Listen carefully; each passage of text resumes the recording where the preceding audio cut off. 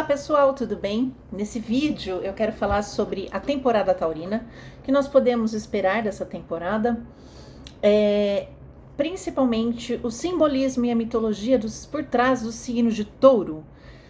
Toda vez que o sol ele adentra um signo, muda o foco da consciência coletiva, tá? Então consciência e o foco coletivamente, mesmo você não sendo taurino ou taurina, né? O foco de todos nós passa a ser sobre o tema de touro e a busca e o foco e aquilo que está realmente claro. Onde o sol está, é onde as coisas estão claras, são nítidas, a gente consegue enxergar. Eu vou falar em termos coletivos, mas em termos pessoais, cabe você, se você não tem nenhum planeta em touro, você olhar no seu mapa em que casa astrológica, que setor, né, está o signo de touro. Todos nós temos o signo de touro. Na verdade, a gente tem os 12 signos num determinado setor da nossa vida. Naquele setor, o sol vai estar clareando, deixando claro os assuntos relacionados àquela casa, tá? E ali você pode enxergar coisas, você pode colocar o foco nos temas daquela casa, tá? Dentro da temática taurina, obviamente. Mas antes de eu começar a falar sobre touro e sua mitologia, deixa eu me apresentar. Eu sou Ellen Reis Mourão, sou psicoterapeuta junguiana, astróloga e oraculista. Eu trabalho com runas, tarô e baralho cigano. Meu tema meu objeto de estudos de amor profundo dentro da psicologia analítica de Carl Jung sempre foi a mitologia e os contos de fadas. Quem conhece um pouquinho do meu trabalho sabe bem disso, quem já me conhece. Eu tenho uma página no Instagram também, Ellen Reis Mourão, psicoterapeuta junguiana. Se você quiser seguir, lá eu posto outros tipos de material, como textos, onde eu falo de contos de fadas, e psicologia analítica no geral, além da astrologia, que também é um amor profundo que eu sinto, tá? E aqui no canal eu faço semanalmente vídeos a respeito da astrologia principalmente, mas também da psicologia analítica dentro da temática da mitologia e dos contos de fadas. Bom, nós saímos da temporada ariana, onde o sol estava em Áries, foi o ano novo astrológico. O sol entrou em Áries, o foco foi dentro das temáticas arianas. Vou deixar o vídeo aqui falando da temporada ariana, né, e da mitologia do símbolo de Áries, que é uma energia yang, uma energia de início, uma energia masculina, né, de vamos lá, regido por Marte, o guerreiro, vamos iniciar coisas, vamos ter novas ideias, vamos ser ousados, vamos dar o primeiro passo, vamos buscar desafios, tá? Para uma energia mais calma, tá? Mas apesar dela ser mais calma, uma energia feminina, é uma energia telúrica, ligada à terra, né? Mais conservadora, não é uma energia de ousadia, é uma energia de conservação. Então é importante a gente entender a mitologia por trás, o simbolismo por trás do signo de touro, para que a gente aproveite melhor essa temporada. Essa energia feminina sim tem a ver com contenção, com não gastar tanta energia, porque Áries a gente está querendo gastar energia à torta direita. No entanto, é uma energia extremamente importante para que a gente concretize as nossas ideias. A gente tem ideias ousadas em Áries, né? Quando o sol está em Áries, uau, aquela super energia. No entanto, não adianta só você ter ideia se você não consegue parar, sossegar e concretizar. E é esse o aprendizado que a gente vai ter. Touro é um signo de terra, como eu já falei, uma energia telúrica, regido pela Vênus, o planeta do amor, da prosperidade, da fertilidade, tá? Das artes e da beleza, né? O amor como um todo, um amor pela vida, que a gente encontra isso em pessoas taurinas com ascendente, Vênus, Marte, Sol. A gente encontra, principalmente quem tem Vênus em touro, essa expressão fortíssima desse amor pelo belo, pelo que é bonito, confortável. Isso tem tudo a ver com o amor de Vênus, tá? Mas vamos falar um pouquinho na história, gente. Eu tô aqui com as minhas anotações para eu não esquecer, ok?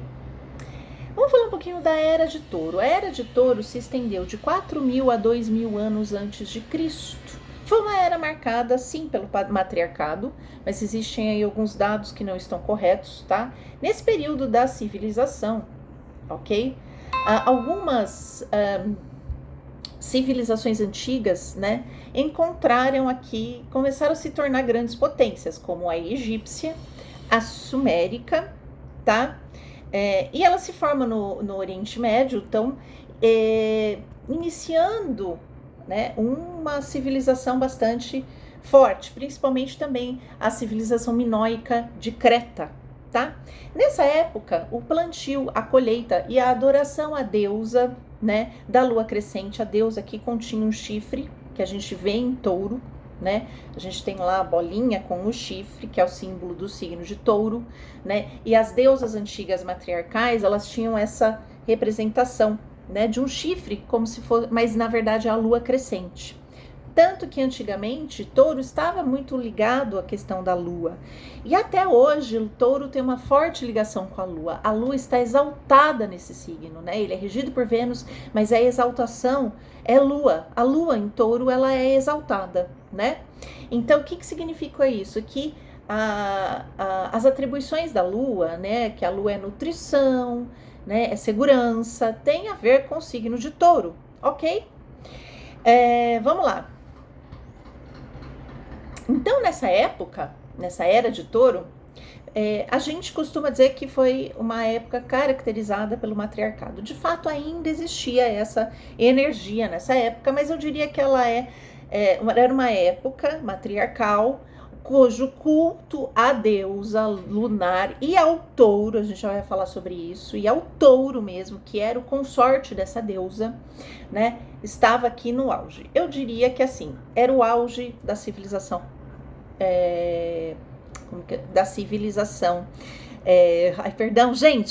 matriarcal. Vamos lá. No entanto, o período matriarcal mesmo da civilização, que se iniciou o matriarcado, foi na era de Câncer. Por motivos óbvios, né? Ainda mais Câncer sendo um signo feminino, Câncer sendo o signo da lua, da mãe, né? E um signo cardinal onde as coisas se iniciam. É nesse período, realmente, na era de Câncer, que vem bem antes da era de Touro. As eras são ao contrário, não é de Áries a Peixes, é de Peixes a Áries, é ao contrário, tá? E nessa época, então, na era de Câncer, que é óbvio, é que se iniciou, então, mais ou menos em 8.000 a.C. É que realmente a gente tem a era matriarcal. A gente pode falar em touro de uma consolidação, de uma força. Mas, no entanto, em touro, na era de touro, este masculino, representado pelo touro mesmo, o animal, ele ganha a sua importância também. Ok? E a gente vai entender como um consorte aqui, não havia essa separação. Aí, há uma separação do feminino e masculino, no entanto, ele sendo submisso à mãe, ao feminino, ao materno, tá? Vamos lá. Por quê? Porque em touro, as civilizações agrícolas, né? Então, a agricultura, né? Passou a ser mais sofisticada, o cultivo da terra passa a ser um pouco mais sofisticado. Então, era necessário uma força bruta, né, para cultivo da terra. Então, se utilizava muitos animais, né? No entanto, esse cultivo da terra é diferente do que a gente tem hoje. Era um cultivo, além de cultivar para ter o alimento, existiam muitos rituais de fertilidade para essa terra, cuja grande mãe era o centro, tá? E o seu filho consorte, ou o seu consorte, que era um touro. E a gente tem esse touro em várias histórias mitológicas, junto de uma figura feminina, tá? Então a gente tem em touro o auge do cultivo da terra, né, de uma sofisticação também dessas civilizações antigas, né, que eu citei, como a egípcia, e também o começo de uma sofisticação desse cultivo da terra, de uma força bruta se apresentando. Né? Vamos falar um pouquinho do touro? O touro é uma figura fértil, de uma força imensa, né? Ele representa a força bruta, no entanto, uma força de fertilização incrível para a terra, e ele estava sempre acompanhado, ele era o acompanhante da deusa, tá? Era o princípio masculino necessário, junto com a deusa, para que o ciclo da terra, para que o ciclo de nascimento e crescimento fosse contínuo, tá? Então, a gente já tem aqui um início de uma participação do masculino dentro da questão do cultivo da terra. Antes, numa era de Câncer, onde o feminino era completamente um poder muito grande, aqui a gente tem também a participação desse touro, agora como um animal. Então, simbolicamente, ele representa esses instintos pertencentes ao corpo, tá? Vamos falar agora em termos simbólicos. A gente carrega touro em nós, a gente carrega todos os signos, né? Mas touro, ele representa esses instintos de procriação que nós temos, né? O instinto de fertilidade, e esse instinto de fertilidade não só para procriação física, tá? Isso tem a ver também com a deusa Vênus, a gente já vai falar um pouquinho sobre isso, mas também com a questão da beleza desse feminino e também com os instintos nossos, né? O touro tá aí, de fertilizar, de criar, tá? No entanto, de uma forma diferente de outros signos que são bastante criativos também, né? E a gente tem um embelezamento também. Essas civilizações, como por exemplo a egípcia, em Creta, existe uma beleza imensa, né? Nos seus, na construção dos templos, tá? Na beleza dessas civilizações, ok? Vamos lá. Então a gente tem em todas as histórias um touro, principalmente nessa época, associado a uma figura feminina. A gente vai dar um exemplo, por exemplo, da deusa Ishtar, cujo seu consorte era um touro. O marido dela era um touro, né? A gente pegar na mitologia grega, vou falar um pouquinho sobre Ariadne.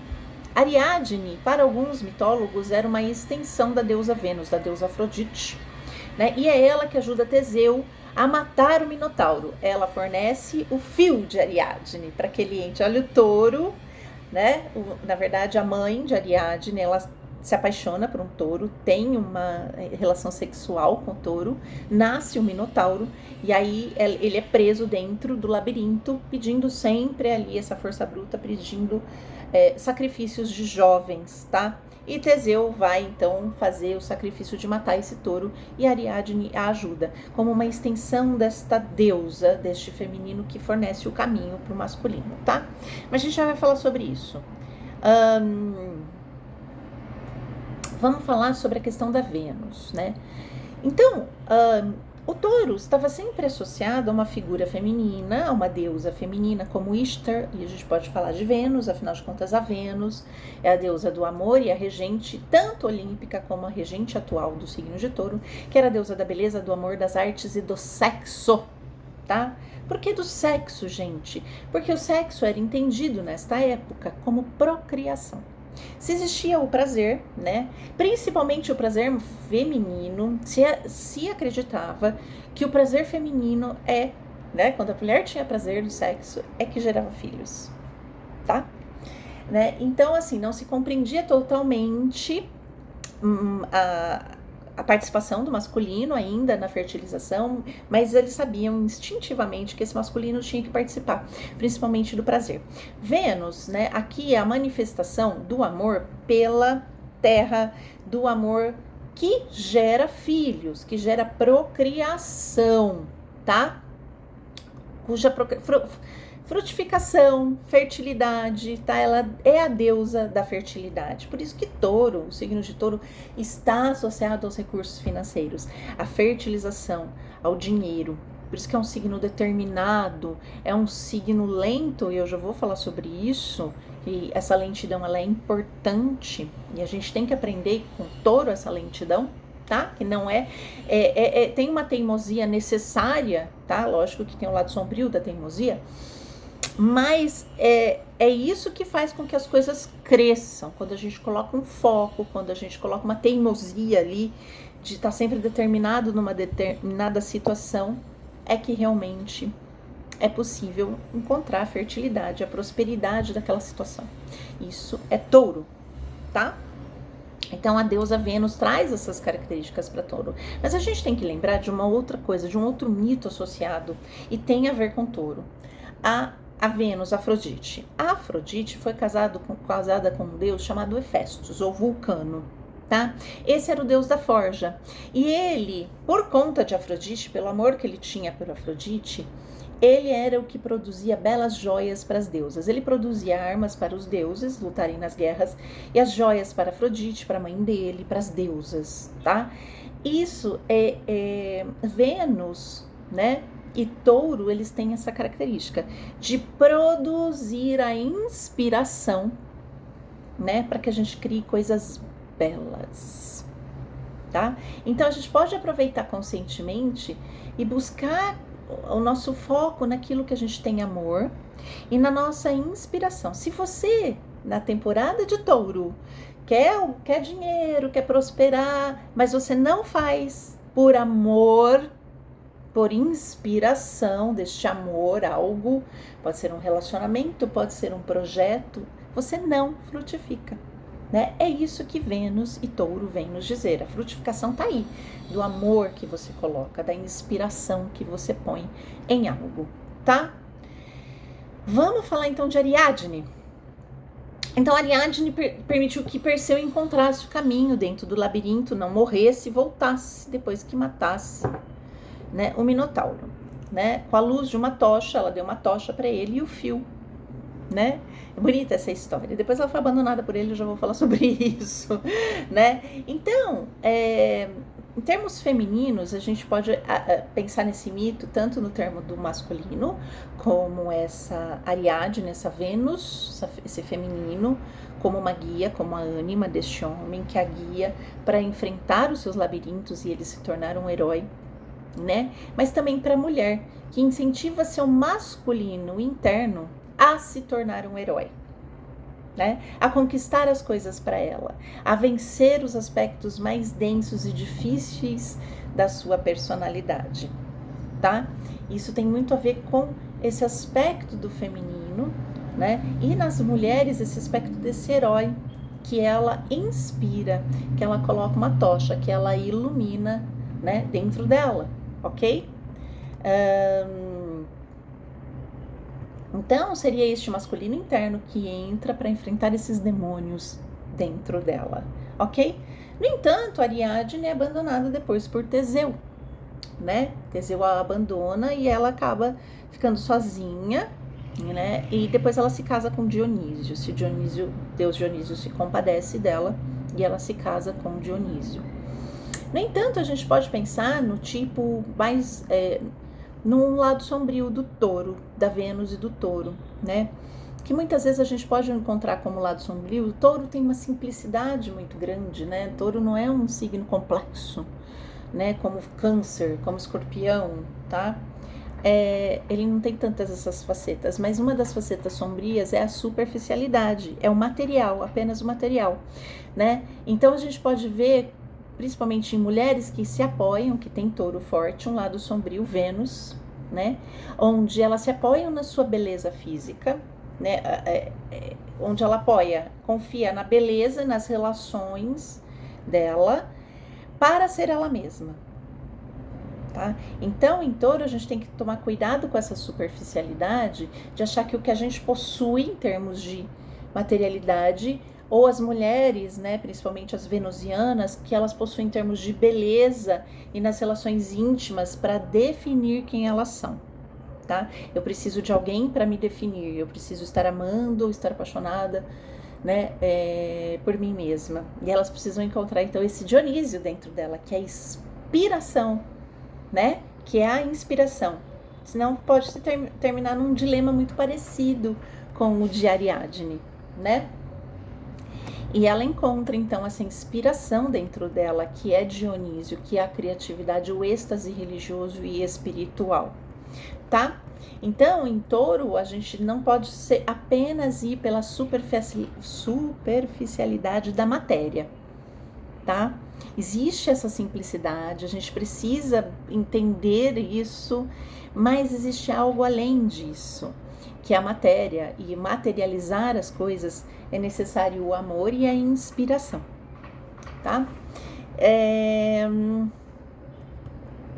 O que a gente pode aprender, então, neste momento taurino, com bastante, daqui a pouco os planetas pessoais também estão entrando em touro, Mercúrio, Vênus, etc e tal, desse princípio taurino, né? Touro é um animal conservador, tá? Ele conserva energia. Não pensar no simbolismo não, no touro mesmo, tá?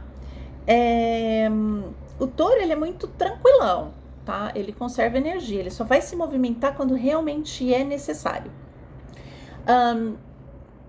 Para essas civilizações antigas, né, Touro estava no auge da estação da primavera, onde as flores estavam nascendo, e é na primavera onde o cultivo da terra é o melhor, tá? Então, o que acontece? É momento da gente pensar